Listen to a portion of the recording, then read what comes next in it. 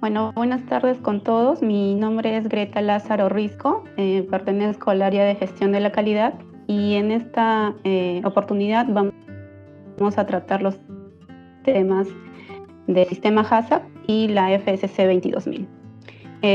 Como primer tema vamos a hablar sobre el sistema HACCP.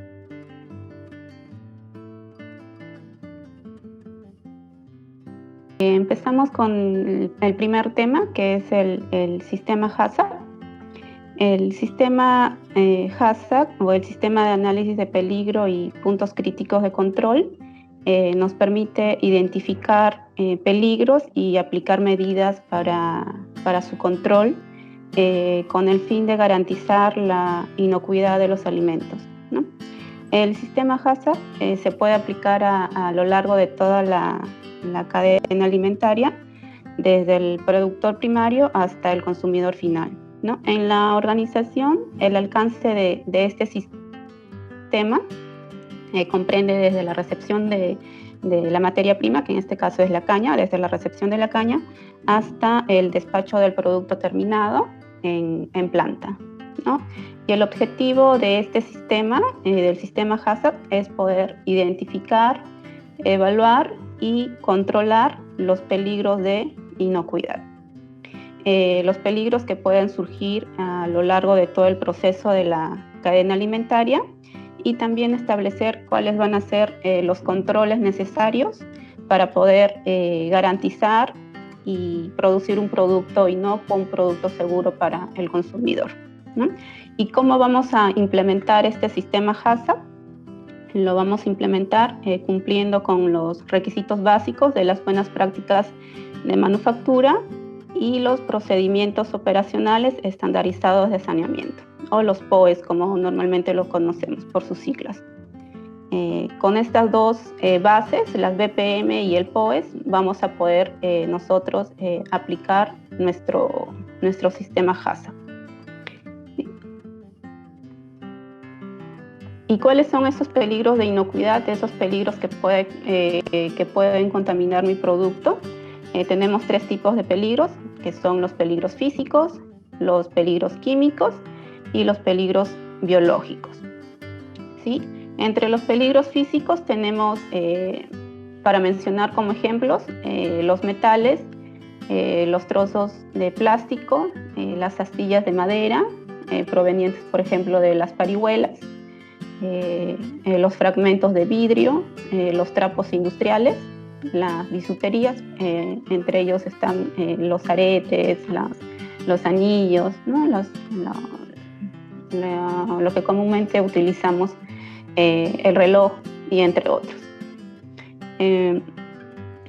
Para mencionar un ejemplo de peligros físicos que se ha podido identificar en la etapa de molienda, tenemos la presencia de residuos de metales provenientes del desgaste de los equipos, ¿no? Pero posteriormente se cuenta con un colador rotatorio Trommel, el cual nos va a permitir retener las partículas mayores a 0.5 milímetros, ¿no? Es una medida de control aplicado en la etapa de molienda. En cuanto a los peligros químicos, tenemos, para citar algunos, la presencia de pesticidas, los herbicidas, los lubricantes, las tintas, los desinfectantes, y también la presencia de alergenos, ¿no? Y entre otros. Como ejemplo de un peligro químico que se ha podido identificar en la etapa de recepción, tenemos los residuos agroquímicos provenientes de la caña de azúcar. Bueno, el uso de estos agroquímicos son aprobados por el Servicio Nacional de Sanidad Agraria, o la SENASA, conocida por sus siglas, y también para los controles que se realizan en esta etapa. En cuanto al peligro identificado, también se realizan monitoreos de residual de pesticidas en la caña de azúcar y también en el producto terminado. En cuanto a los peligros biológicos, tenemos las bacterias, los virus y los parásitos, ¿no? Y también, entre otros, por ejemplo, tenemos las levaduras, los mohos. En la etapa de envases ha identificado un peligro por contaminación cruzada por los manipuladores. Esta contaminación cruzada o la posible contaminación lo controlamos a través de las capacitaciones al personal en temas de buenas prácticas de manufactura, la higiene también, y también a través de los monitoreos microbiológicos que lo realiza el área de laboratorio, ¿no? Los monitoreos de manipuladores y también se puede controlar o se controla a través de la supervisión del personal por cada área responsable.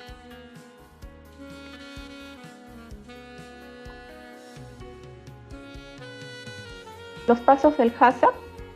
El HACCP consta de 12 pasos. Los primeros 5 pasos son los pasos preliminares del HACCP y del paso 6 al paso 7 son los 7 principios del HACCP, ¿sí? Primeramente vamos a hablar del paso 1, que es la formación del equipo HACCP.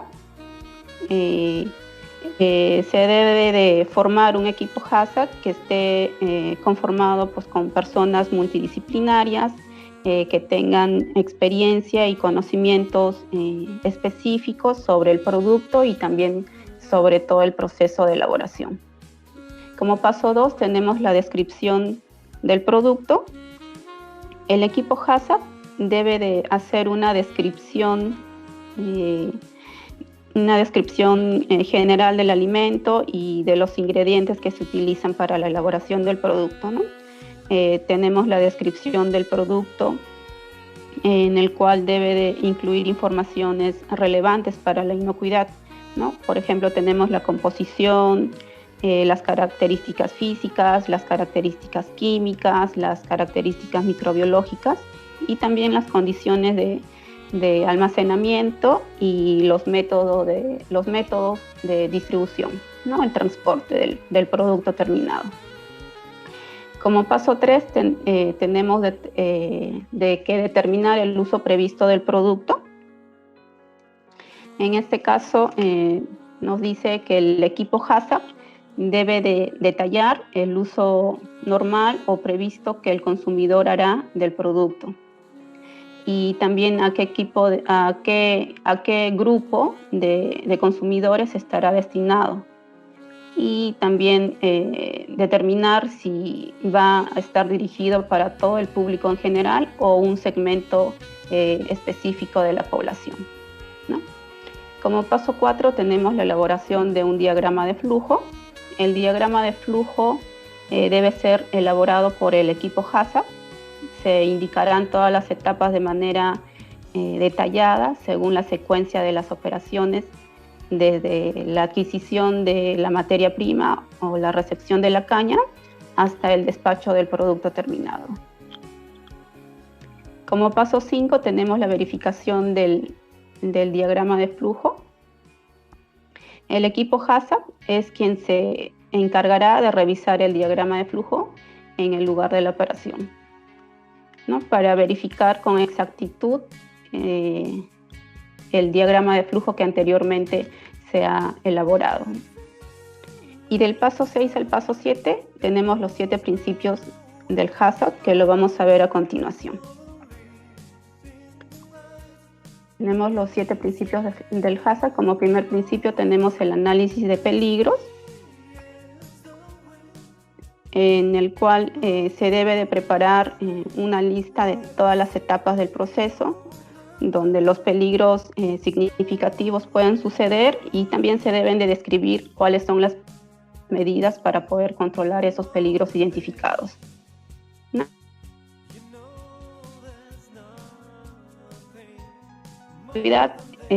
Ha identificado aceptables, las cuales se encuentran detallados en las especificaciones técnicas de cada uno de nuestros productos.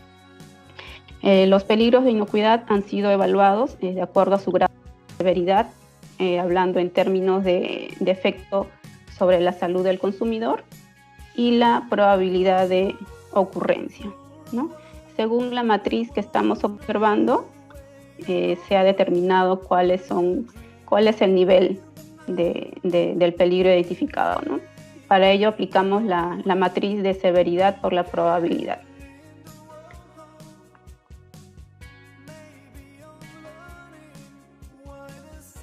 como principio 2 tenemos que identificar cuáles son los puntos críticos de control. Y pues para ello, la clasificación de un PCC o de un PPROP va a depender de la puntuación obtenida al aplicar la siguiente matriz de evaluación de medidas de control, ¿no? Para ello, aquellas medidas de control de peligros con valores entre 12 a 19 son clasificados como PCCs. Y los que están entre los valores de 7 a 18 son clasificados como PPROPs.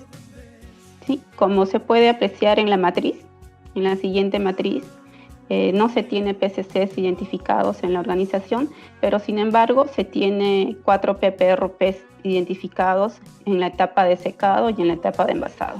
¿Sí? Tenemos el tambor magnético y las arandas vibratorias. A continuación estamos viendo cuáles son esos PPROPs. Tenemos las arandas ubicados en la etapa de secado y en la etapa de envasado. En la etapa de secado tenemos 2 arandas vibratorias y en la etapa de envasado también tenemos 2 arandas. En total son 4 PPROPs. 4 PPROPs, 4 arandas, 2 en base y 2 en secado, ¿no? Son 4 arandas identificadas como PPROPs. Y el tambor magnético. Tenemos 2 tambores magnéticos situados en la etapa de secado, ¿no? Son el tambor magnético de la línea 1 y de la línea 2. Estos PPROPs nos van a ayudar a controlar los peligros de inocuidad, ¿no? Los peligros metálicos en este caso. A través de los PPROPs vamos a controlar el impacto de los peligros de inocuidad y también a través de los PPRs o los programas de prerequisitos. Bueno, hasta ahí hemos visto el primer principio, que es el análisis de peligro y los puntos críticos de control, ¿no? Ahora pasamos a ver en qué consiste el tercer principio, que es establecer los límites críticos. Bueno, aquí se debe de establecer las variables que aseguren el control de los peligros para cada PPROP que ya hemos visto, para la zaranda y el tambor magnético, y que estos se deben de definir, de definir cuáles son los criterios usados para poder diferenciar lo aceptable de lo no aceptable, ¿no? En cuanto a las variables a controlar, tenemos el contenido de partículas metálicas en el azúcar, el cual debe de ser menor o igual a los 20 ppm. Y en cuanto a las arandas deben de conservarse en un buen estado. En cuanto al monitoreo, el monitoreo se lleva a cabo para asegurar que los PPROP identificados van a estar bajo control. Los métodos y las frecuencias de la vigilancia deben de permitir actuar a tiempo para evitar la comercialización de productos no seguros, ¿no?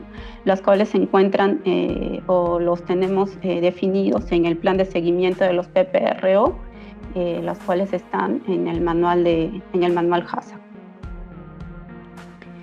Las acciones correctivas, se debe de especificar qué medidas se han de tomar cuando se superan los criterios de aceptación o cuando los límites críticos están fuera de parámetros, ¿no? Las actuaciones deben de asegurar la identificación de la causa de la no conformidad y que el parámetro controlado por el PPROP vuelva a estar bajo control, ¿sí? En cuanto a la verificación, el sistema HACCP, a través de la auditoría se realizará una verificación interna para comprobar si el sistema HACCP que tenemos funciona correctamente, ¿no? Por ejemplo, ahí se va a ver el cumplimiento de los programas de calibración de equipos, el control de plagas, los mantenimientos que se realizan a los equipos, de medición y de seguimiento, la capacitación del personal involucrado en todo el proceso de elaboración. También la reevaluación del análisis de peligros del plan HACCP, aplicación de las buenas prácticas de manufactura, de higiene y saneamiento, ¿no? Y los monitoreos de análisis que se realiza al producto. Y como principio 7 tenemos la parte documentaria, que son los documentos y los registros de control, ¿no? Se debe de mantener el registro documentado que sustente la aplicación del sistema HACCP. Y para ello tenemos los siguientes procedimientos, ¿no? Tenemos el procedimiento de estructura de documentos, el procedimiento de control de documentos, y también tenemos listas maestras de los documentos y listas maestras de registros. En dichas listas maestras tenemos establecidos cuáles son los manuales, los procedimientos, las instrucciones y los registros de control. Bueno, hasta aquí hemos terminado en cuanto a la charla o la capacitación del sistema HACCP. Ahora vamos a pasar a hablar sobre la FSC 22000, ¿no? Vamos a ver en qué consiste esta certificación de la FSC 22000. La certificación del Sistema de Seguridad Alimentaria, o FSC 22000, es un programa de certificación para los sistemas de seguridad alimentaria, ¿sí? Cuenta con el reconocimiento internacional de la GFSI, o la Iniciativa Mundial de Seguridad Alimentaria, el cual es una fundación sin ánimos de lucro, aprobado por el Foro de la Industria de Alimentos, ¿sí? El Foro de la Industria de Alimentos es una red mundial constituida por empresas minoristas y sus proveedores de alimentos. Su misión es alcanzar la mejora continua de los sistemas de gestión de inocuidad alimentaria y así poder garantizar la inocuidad para los clientes y los consumidores finales. ¿Sí? El esquema de la FSC 22000 comprende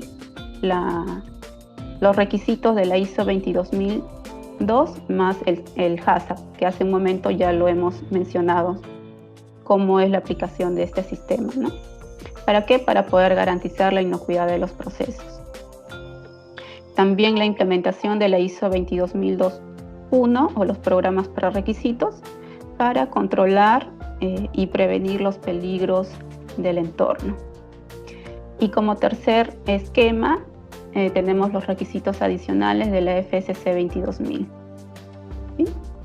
El alcance de esta certificación en la organización comprende desde la recepción de la materia prima, desde la llegada de la caña, pasando por todo el proceso de elaboración hasta el despacho del producto terminado en planta, ¿no? Hasta el APT.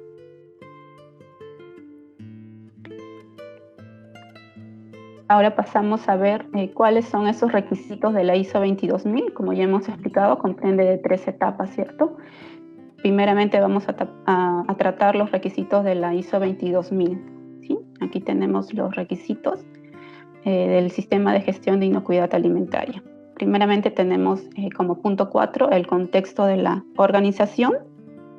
Esta sección requiere que la organización analice cuáles son los factores internos y los factores externos. ¿Para qué? Para poder determinar, también determinar cuáles son las partes interesadas y, bueno, también definir el alcance del sistema de gestión de inocuidad alimentaria y sobre todo que se centre en los procesos y requisitos necesarios para poder nosotros cumplir los objetivos del sistema de gestión de inocuidad alimentaria, ¿no? Como punto 5 tenemos el liderazgo. La norma dictamina que la gerencia debe de demostrar liderazgo y compromiso con el sistema de gestión. estableciendo la política y los objetivos del sistema de gestión de inocuidad alimentaria, ¿no? También asegurando la disponibilidad de los recursos para el sistema y también promoviendo la mejora continua del sistema que la organización cuenta. En cuanto a la planificación, requiere que la organización se autoanalice para poder determinar los riesgos y las oportunidades de sus actividades y cómo tratarlos, ¿no? Cómo tratar esos riesgos, cómo tratar esas oportunidades. La ISO 22000 diferencia dos tipos de gestión de riesgos, ¿sí? Primero tenemos el riesgo que se centra solo en el nivel operativo, que se puede controlar mediante el establecimiento y el mantenimiento de los PPRs y los PPRO. Y también tenemos los riesgos que afectan a todo el sistema de gestión y el cual podría tener un impacto en la seguridad del alimento. Como requisito 7 tenemos el apoyo, en el cual se centra en los requisitos del personal, los requisitos de infraestructura, de ambiente de trabajo, la competencia del personal, la comunicación tanto interna como la externa, y la documentación o la información documentada del sistema de gestión de inocuidad alimentaria. En el punto 8 tenemos la parte operativa. Aquí nos dice que la organización debe de planificar, debe de implementar y controlar los procesos necesarios para la realización de productos inocuos, ¿no? Cumpliendo estos ítems: la planificación y control operacional, el establecimiento de los programas prerequisitos, con el sistema de trazabilidad que contamos, con la preparación y respuesta ante las emergencias de inocuidad, estableciendo los controles de peligros que hemos identificado en el sistema HACCP, el control de seguimiento y medición y la verificación de las medidas de control, ¿sí? En el punto 9 tenemos la evaluación del desempeño. En este requisito se debe de evaluar el desempeño del sistema de gestión con el seguimiento y medición de los procesos, las auditorías y la revisión por la alta dirección, ¿sí? En el punto 10 o el requisito 10 nos habla de la mejora.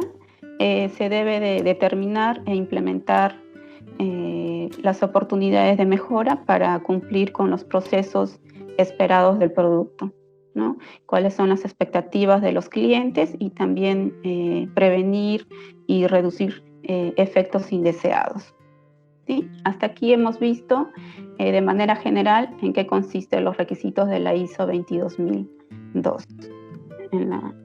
Ahora pasamos a ver la política de inocuidad de la organización. La política de inocuidad de la empresa nos dice que la empresa agroindustrial Paramonga va a asumir el compromiso de proveer productos inocuos y de calidad. ¿Para qué? Para poder satisfacer al cliente. ¿Cómo? Cumpliendo la regulación legal y reglamentaria aplicable, ¿sí?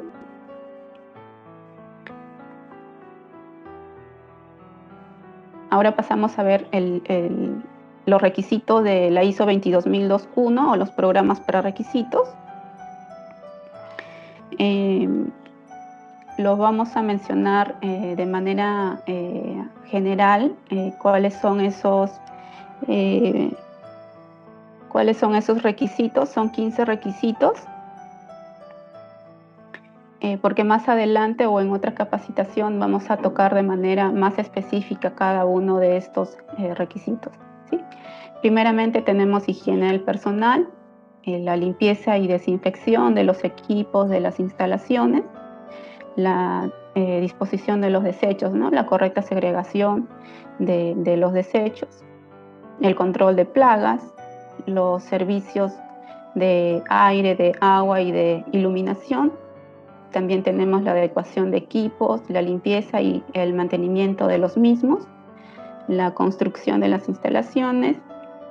Tenemos la disposición de locales y los espacios de trabajo.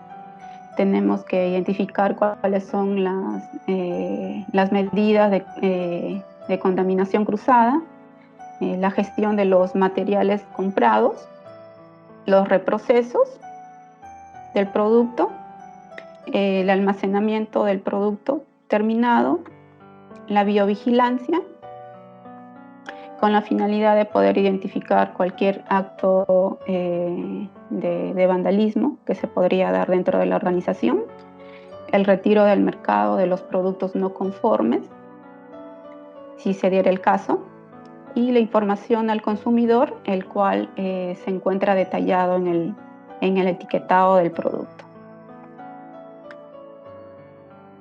Bueno, aquí tenemos los requisitos adicionales de la FSC 22000. Tenemos primeramente la gestión de los servicios, en el cual se debe de establecer los criterios para la evaluación y seguimiento de los proveedores externos, mantener una comunicación adecuada de los requisitos a los proveedores externos, ¿no? En cuanto al etiquetado de producto, la empresa debe de asegurar que el etiquetado de su producto cumpla con la normativa legal del país donde está provista su venta, ¿sí? La defensa de los alimentos se debe de implementar un procedimiento de evaluación de amenazas y desarrollar medidas de control para las amenazas identificadas o detectadas, ¿no? Para ello se debe de tener en cuenta la vulnerabilidad del producto, de sufrir una contaminación, en este caso intencionada. ¿Con qué finalidad? Con la única finalidad de causar daño a la salud del consumidor. A diferencia de la prevención del fraude alimentario, ¿no? En el cual se debe de implementar un procedimiento de evaluación de vulnerabilidad y desarrollar medidas de control para esas amenazas detectadas. Para ello se debe de tener en cuenta la vulnerabilidad del producto de sufrir un fraude con fines económicos, ¿no? A diferencia de la defensa de los alimentos, que la única diferencia es que en este punto la finalidad es causar daño a la salud del consumidor, y en cuanto al fraude alimentario, la finalidad viene ya con fines económicos, ¿no? En cuanto al, aquí, en cuanto a la prevención del fraude alimentario, para citar o para dar algunos ejemplos para mayor entendimiento, tenemos, por ejemplo, la mezcla de algunos alimentos. En este caso tenemos la mezcla del aceite de oliva con el aceite de girasol, por ejemplo, ¿no? Es un fraude. O también la mezcla de la leche con sustancias como el suero. Es para citar unos ejemplos para mayor entendimiento. En cuanto al uso del logotipo, se puede utilizar el logo de la FSC en el material impreso, nos dice la norma, en las páginas web y en material promocional sujeto a las especificaciones de diseño ya establecidas por la FSC 22000. La norma también nos dice que no está permitido el uso del logo en el etiquetado del producto ni en ningún tipo de envase. En cuanto a la gestión de los alergenos, se debe de contar con un plan de gestión de alergenos documentados que contemple un análisis de riesgo que abarque todas las potenciales fuentes de contaminación cruzada por alergenos y las medidas de control para reducir o eliminar, si se pudiera, el riesgo de contaminación cruzada por alergenos, ¿no? Esta evaluación de riesgo se ha realizado en la matriz de análisis de peligro de nuestro sistema HACCP. En el punto 7 tenemos el control medioambiental. La empresa, aquí nos dice que la empresa debe de disponer de un programa de monitoreo ambiental que demuestre la efectividad de los programas de limpieza y desinfección. ¿Sí? En cuanto al punto 8 y el punto 9, no aplica para nuestra organización, ya que son puntos que aplican para las empresas de categoría D2 y la categoría, ¿no?, para las empresas que elaboran alimentos para los animales domésticos. Aquí tenemos un pequeño resumen de todo lo que se ha hablado durante la capacitación,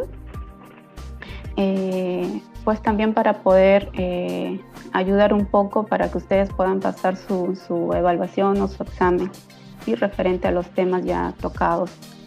¿Qué es la FCC 22000? Bueno, la FCC 22000 es un sistema privado de la Fundación FCC 22000, aprobado por la GFSI, ¿sí? Y el cual es reconocido a nivel mundial esta certificación. ¿Qué es la inocuidad alimentaria? Es un alimento que no causa daño a la salud del consumidor, ¿sí? Los peligros de inocuidad ya lo hemos mencionado, lo hemos tocado en la primera presentación del sistema HACCP, los cuales son o comprende 3 tipos de peligros: los peligros físicos, los peligros químicos y los peligros biológicos. El objetivo del HACCP, hemos mencionado también, que es identificar, evaluar y controlar los peligros. ¿Qué peligros? Peligros físicos, químicos y biológicos, ¿no?, que son directamente relacionados con la inocuidad del alimento. ¿Cuáles son los PPRPs identificados? Tenemos 2 PPRPs, que es el tambor magnético y las arandas vibratorias. ¿Cuántos tambores magnéticos tenemos? Tenemos 2 tambores magnéticos en la línea 1 y en la línea 2. ¿Y cuántas arandas tenemos? Tenemos 4 arandas, 2 en la etapa de secado y 2 en la etapa de envasado.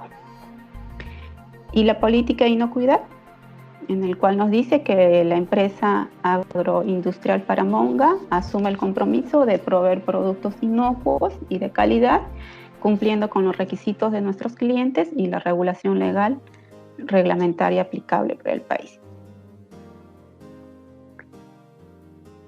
Bueno, gracias por su atención. Conmigo hemos tocado los temas de sistema HACCP y de FCC 22000. Y será hasta la próxima oportunidad.